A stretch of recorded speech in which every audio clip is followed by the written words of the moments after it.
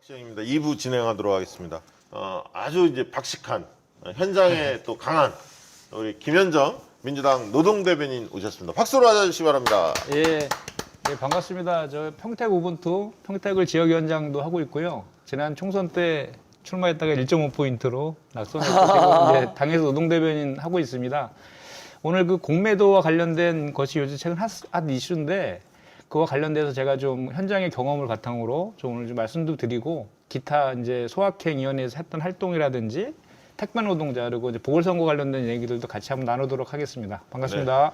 네. 예, 우리 김현정 대변인 여러분 잘 알다시피 평택을 위원장입니다. 네. 저분은 을을 위한 분이라서 평택갑이 아니라 평택을로 갔고요. 지금 우리 민주당 노동대변인도 하고 계시고 민주당 소확행위원회 위원도 맡고 계시고 우분투 포럼 대표도 하고 계시고 정말 민주당의 엄청난 자산입니다. 왜냐하면 사무금융 쪽에 최고 전문가니까 그쪽 분들이 많이 와 있거든요. 네. 정의당으로 좀 가 있고 그래서 우리 김현정 대변인 진짜 귀합니다, 여러분. 공매도 얘기부터 먼저 한번 해볼까요? 네. 공매도에 대해서 이제 주식하는 분들은 좀 아는데 모르는 분도 있는 쉽게 좀 설명을 해주시죠. 예, 말 그대로 이제 빌공짜잖아요. 네. 없는 주식을 판다라는 의미에서 공매도라고 하는데 실제로는 없는 주식을 파는 건 아니고 이제 주식을 다른 데서 빌려와서 차입해서 주식을 파는 그런 것인데 예를 들면 삼성전자 한 주에 이제 10만 원이라고 가정하면 10주를 이제 빌려와서 그러면 이제 100만 원이잖아요. 네. 100만 원을 파는 것이죠. 네. 그러니까 팔면은 나중에 이제 빌려왔으니까 갚아야 되잖아요. 네. 그래서 일정 기간이 이제 갚는 기간이 있거든요. 네. 그 기간에 이제 주식을 9만 원이 됐을 때, 네. 주가가 9만 원이 됐을 때 10주를 사면 90만 원에 살 수 있잖아요. 네.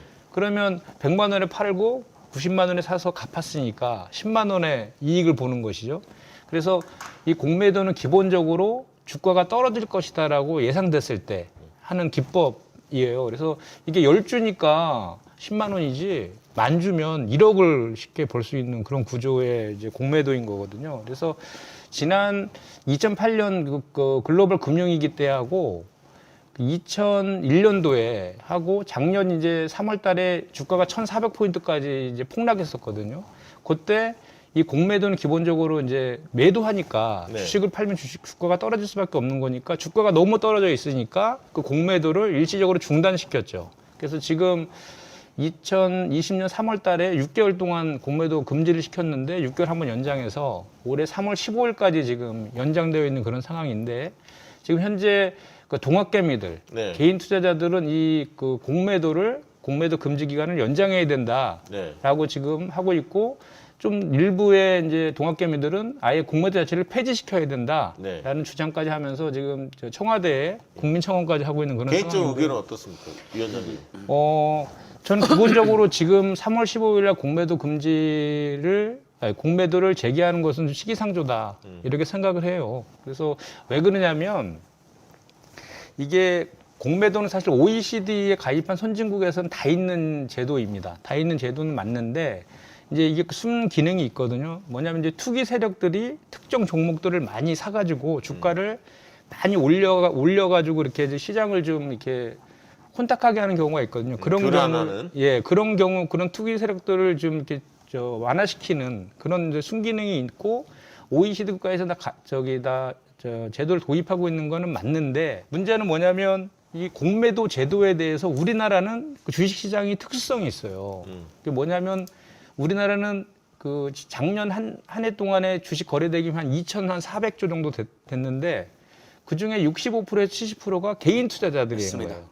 그러니까 개인 투자자들이고 나머지 이제 뭐 30% 정도가 외국인과 이제 기관 투자자들 구성되어 있는데 독특한 것이죠. 근데 외국 같은 경우에는 이런 개인 투자 비중이 낮아요. 다 보통 그 펀드를 통해서 간접 투자를 많이 하는데 우리나라는 이제 그 이런 게 좀 있는 것 같아요. 그러니까 라임이나 옵티머스 사태처럼 그런 증권사들이 펀드를 통해서 하는 것들에 대한 불신이 좀 강하게 갖고 있어서 이뤄도 내가 잃으면 좀 덜 억울하다. 그리고 이런 좀 생각들이 있는 것 같아요. 그리고 또 반면에 공매도 시장은 거꾸로 외국인과 기관 투자자들의 비율이 99%고 네. 개인들이 공매도하는 것은 한 1% 약간 넘어요. 네.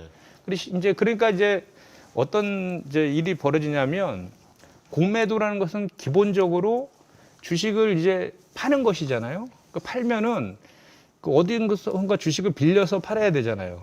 빌려서 파는데 공매도가 많아지면 주가는 떨어지게 되어 있잖아요. 네. 그런데 시중의 주식의 65%에서 70%는 누구 겁니까? 동학개미들이 갖고 있는 주식이잖아요. 네. 그 주식을 빌려서 외국인과 기관들은 그 팔아가지고 다시 또 주가가 떨어진 다음에 떨어진 주식을 사가지고 다시 그걸 갚으면서 자기는 이익을 얻지만 그 반면에 주가는 떨어지잖아요. 그러면 개인 동학개미들 입장에서 보면 자기 주식 갖고 남 좋은 일만 시켜주는 저 주식을 빌려주는데 쓰고 또 자기 주식은 떨어져 자기 주식은 또 손해를 보는 그런 이제 그런 저 구조 속에 있는 것이죠. 오늘 택배 예. 오늘 타결됐죠? 어제 기분- 타결됐는데요. 예.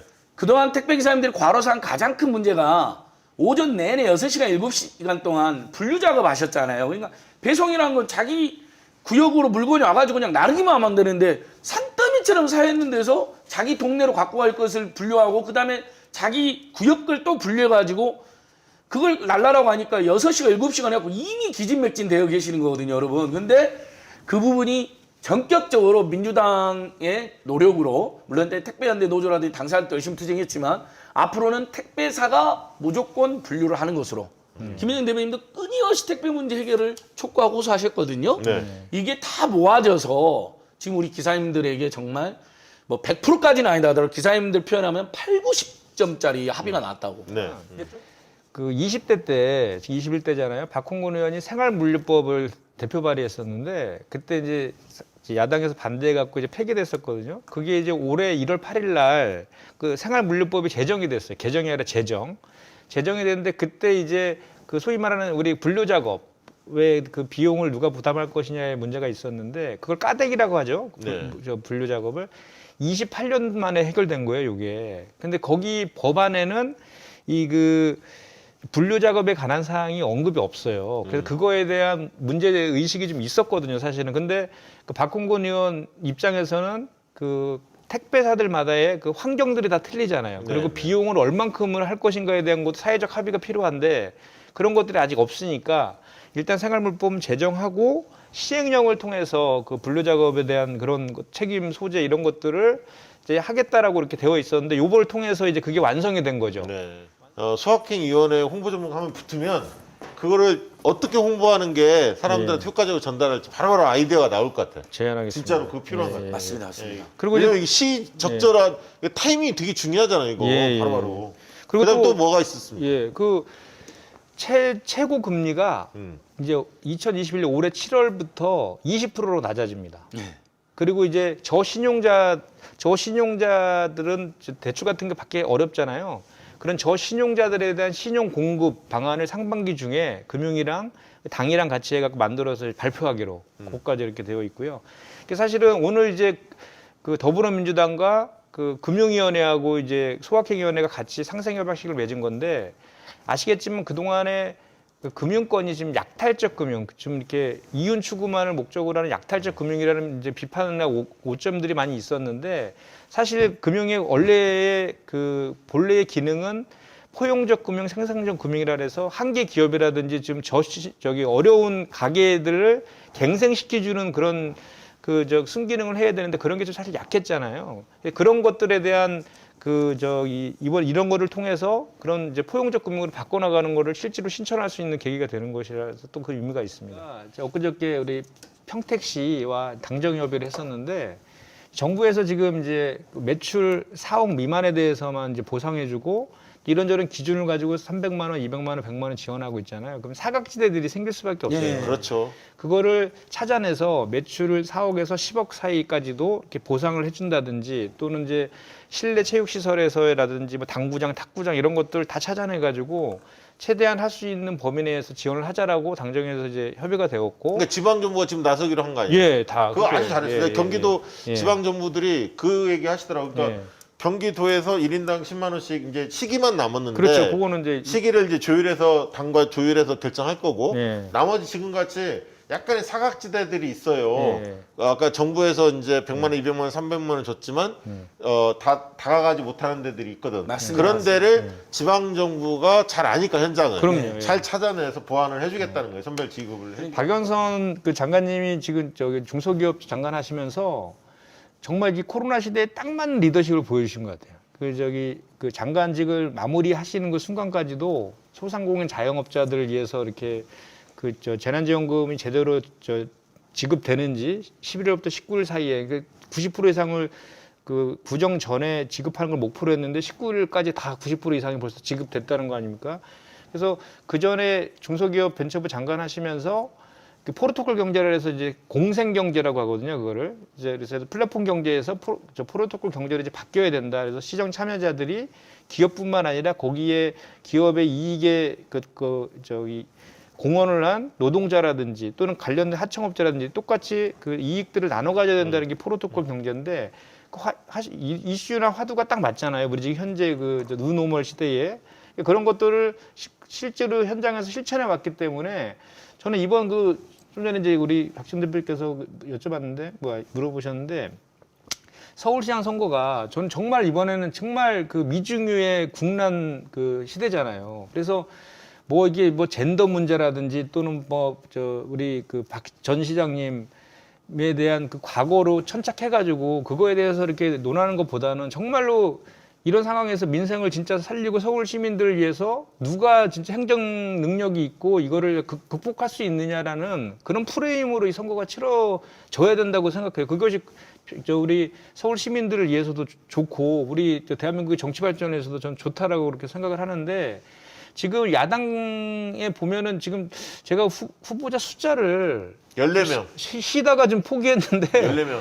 그거는 이제 국민의힘당만 11명은 14명이요. 14명입니다. 아, 거기만요? 네, 예비 경선 치러야 돼. 저기 무슨 국가혁명당도 나오고 또 많이 그거는 나왔잖아요. 이제 본경선이고 야, 국내힘 내부 경선만 14명. 그렇게 이제 자꾸 이렇게 제가 이제 좀 희망을 갖는 것은 얼마 전에 했던 여론조사 결과에서 대통령 지지도가 40%대로 회복도 하고 또 무엇보다도 고무적인 것은 그렇게 야당에서 그렇게 M 방역이다, 문재인 방역이다라고 깎아내리고 했던 그 방역과 관련된 것들도 이제 400명대로 평균 지금 5일 연속 평균 400명 안팎으로 줄어들었고 그래서 방역도 잘한다라고 여론조사 결과도 나왔고 또 3차 재난지원 교본부에 대해서도 대단히 찬성률도 높게 나오고 백신 무료 접종 관련해서 높게 나오잖아요. 그러니까 현재 정부와 여당에서 하고 있는 코로나와 관련된 각종 이렇게 대책들에 대해서 국민들은 엄청 이제 긍정적으로 바뀌었다. 이제 민생 대책 질문에서 제가 이제 앞에 좀 얘기하고 이제 말씀드리려고 했는데 코로나 3법이라고 지금 네, 하고 있죠. 민주당에서 이제 2월 내에 입법을 목표로 하고 있는데 그 중에 하나가 이제 아까 영업손실보상제도 그게 있고 이익공유제. 네. 이익공유제에 대해서 인센티브를 자발적 참여하는 기업에 대해서 가감한 인센티브를 주려고 지금 그것도 준비하고 있고 법적인 근거를 마련해서 지원할 수 있는 근거를 준다는 거고 이제 캠페인 형태로 해서 사회연대기금이나 어떤 형태든 그렇죠. 뭘 해서 이제 거기서 주겠다는 거죠. 자, 이것으로 마치도록 하겠습니다. 감사합니다. 네, 감사합니다. 고맙습니다.